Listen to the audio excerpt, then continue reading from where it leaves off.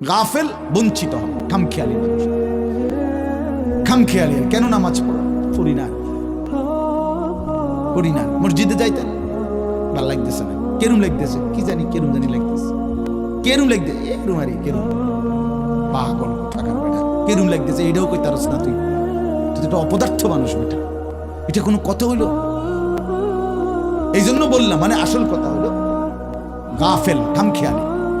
কোরআন শরীফে আছে যত লোক জাহান্নামে যাবে, আল্লাহর কসম ভাইয়া শোনো, যত লোককে আল্লাহ জাহান্নামে ফেলবে, আল্লাহ কোরআনে স্পষ্ট বলছে সবগুলোর পরিচয় হলো উলাইকা হুমুল গাফিলুন।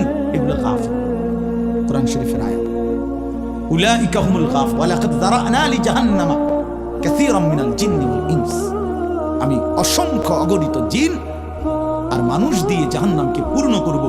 আল্লাহ বলেন এই সবগুলো নাফরমানের পরিচয় উলাইকা হুমুল গাফিলুন। এরা গাফেল ছিল, খামখেয়ালি করছে।